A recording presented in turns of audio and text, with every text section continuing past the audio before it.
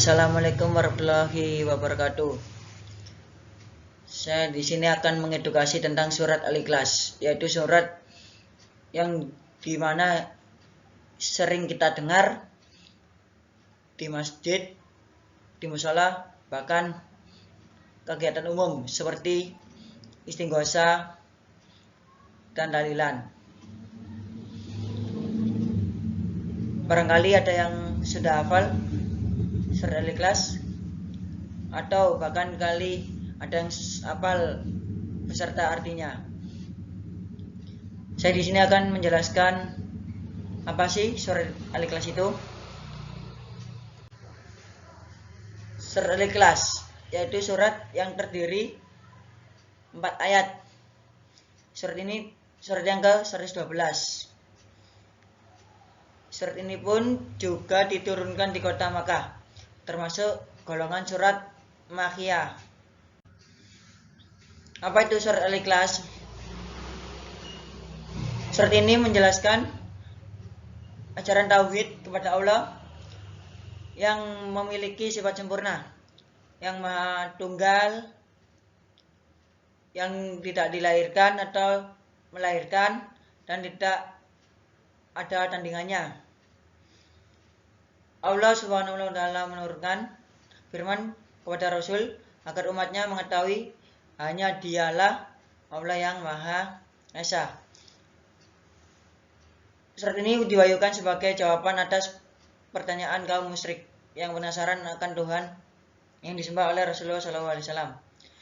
Mereka menduga bahwa Tuhan yang dipuja oleh Muhammad serupa dengan berhala mereka.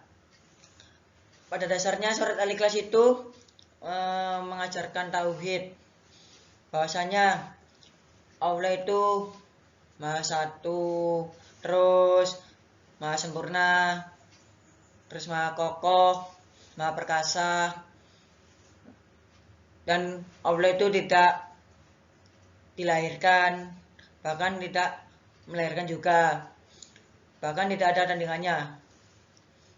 Siapapun mereka, tumbuhan, hewan, bahkan makhluk yang lain, tidak bisa menandingi keesaan Allah. Yang kedua ini, Allah menurunkan agar semua umat Rasulullah tahu bahwasanya Tuhan yang paling benar yaitu Allah Subhanahu wa taala. Hanya Dia yang Maha Esa atau Maha Wahid Satu. Yang ketiga ini, orang musyrik ini penasaran apa yang disembah oleh Muhammad itu. Dia kira orang musyrik itu Tuhannya sama dengan yang dipuja mereka. Jadi dikira orang musyrik itu sama, padahal tidak. Muhammad itu hanya menyembah kepada Allah, dan sementara orang yang musyrik itu kan menyembah berhala, yang kayak patung, sesajen, dan lain-lain. Yang selanjutnya saya akan membahas tauhid. Apa itu tauhid? Tauhid itu mengesahkan Allah. Dari surat Al-Ikhlas ini juga diperjelas pada ayat terakhir, yaitu ayat 4, yang berisi bahwa tiada satupun zat yang mampu menandingi atau bahkan menyamakan. Saya intikan bahwasanya tauhid itu Allah itu memiliki zat segalanya, tidak ada yang menandingi, bahkan tidak ada yang bisa menyamakan keesaan Allah atau kekuasaannya.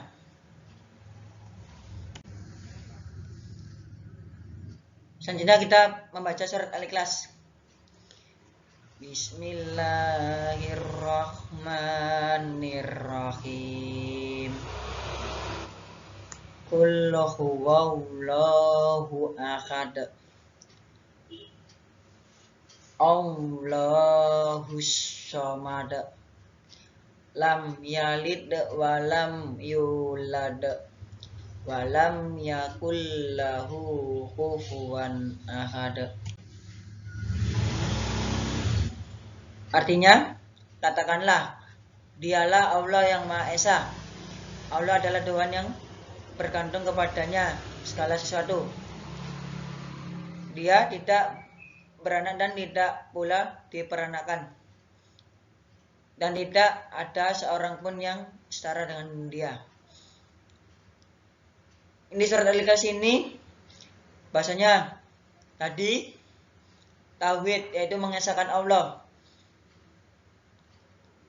Hanya Allah lah yang pantas kita sembah dan pantas kita memohon pertolongan, memohon ampunan, memohon segala sesuatu yang akan menerpa kita dalam hal kejelekan, keburukan, terus kedengkian, keirian, dan lain-lain. Allah ini tidak beranak dan tidak beranakan. Jadi Allah itu hidup sendiri. Bahkan Allah itu tidak beranak dan tidak pula diperanakan. Yang keempat itu tidak ada seorang pun yang setara dengan dia. Makhluk hidup yang ada di muka bumi ini tidak ada satupun yang dapat menandingi kekuasaan Allah, kekokohan Allah, terus kekuatan Allah dan zat-zat yang lain yang dimiliki oleh Allah Subhanahu wa taala.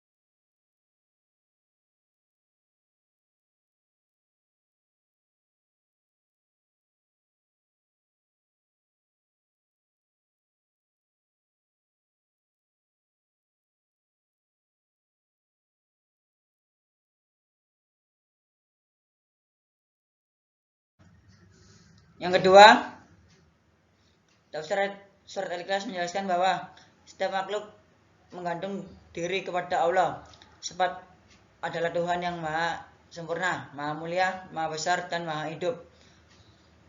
Menurut tafsir Misbah As-Samad dalam ayat kedua, surat Al-Ikhlas mengandung tafsir memiliki arti yang dituju. Artinya bahwa Allah adalah satu-satunya Tuhan yang dituju oleh semua makhluk untuk mengabulkan segala doa. Menurut saya, inti ayat kedua ini bahwasanya sebagai manusia kita sepatutnya atau sewajibnya kita memohon kepada Allah, berdoa, meminta segala sesuatu atau tempat menggantung diri kita kepada Allah, karena Allah lah itu yang maha sempurna, maha mulia, dan maha besar.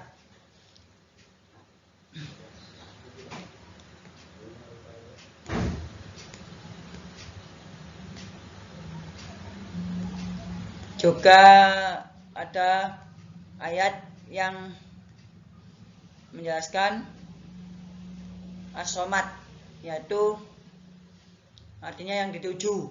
Jadi yang kita doa untuk memohon itu hanyalah tertuju kepada Allah, bukan yang lain. Kalau yang lain disebut syirik.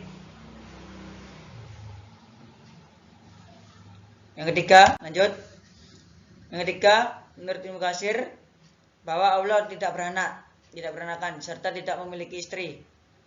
Sayyid Qutb juga menjelaskan bahwa ayat ketiga surat Al-Ikhlas mengandung makna bahwa Allah itu tetap abadi dan azali. Dengan kata lain, sifat Allah itu mutlak dan tidak ada yang mustahil bagi Allah. Pada dasarnya di ayat 3 ini Allah itu tidak beristri, tidak berkeluarga, bahkan tidak beranak dan tidak diperanakan. Allah itu maha abadi, maha tetap, maha perkasa, maha kokoh, dan maha azali. Dengan kata lain, sifat Allah itu mutlak dan tidak ada yang mustahil bagi Allah Subhanahu wa Ta'ala. Yang keempat intinya, bahwa tidak ada satupun yang dapat menandingi kekuasaan Allah, sebab tidak ada yang setara dengan Allah. Pada dasarnya inti ayat keempat ini menyampaikan bahwasanya Allah itu tidak ada yang bisa menandingi. Sekuat apapun manusia, sekuat apapun dunia, sekuat apapun tumbuhan, pasti akan musnah, pasti akan hancur. Kalau manusia pasti akan mati. Yang terakhir, inti semua surat Al-Ikhlas yaitu dia yang pertama, An-Nisa, tidak ada yang tertandingi dan pembantu, tidak ada yang setara dan tidak ada yang menyerupainya, dan tidak ada yang sebanding. Kata ini tidak digunakan untuk menetapkan pada siapapun selain pada Allah Subhanahu wa Ta'ala, karena Dia maha sempurna dalam seluruh sifat-sifatnya dan perbuatan-perbuatannya. Surat Al-Ikhlas ini sangat bagus sekali, karena bahasanya kita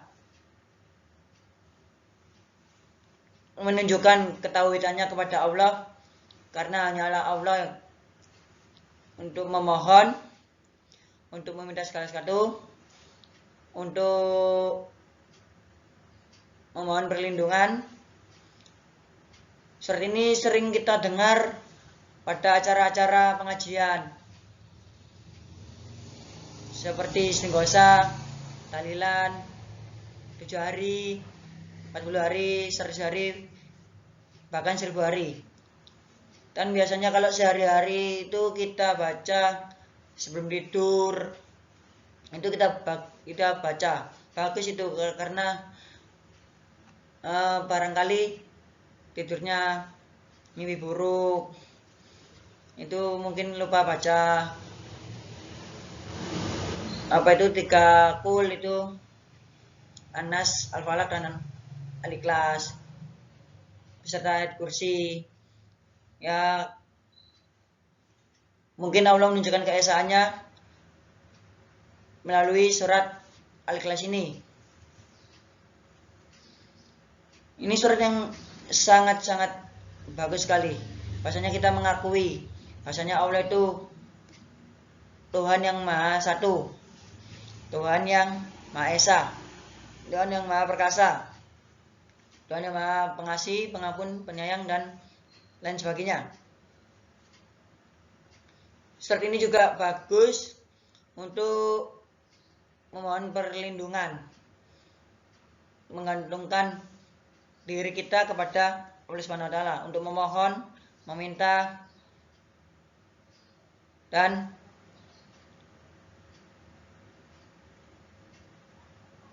meminta pertolongan, membantu agar diberi kemudahan. Surat ini sangat bagus untuk dibaca sehari-hari kalau bisa, karena surat ini bahasanya kita umat Islam mengakui Tuhan yang Maha Sempurna, yaitu Tuhan Subhanahu wa Ta'ala.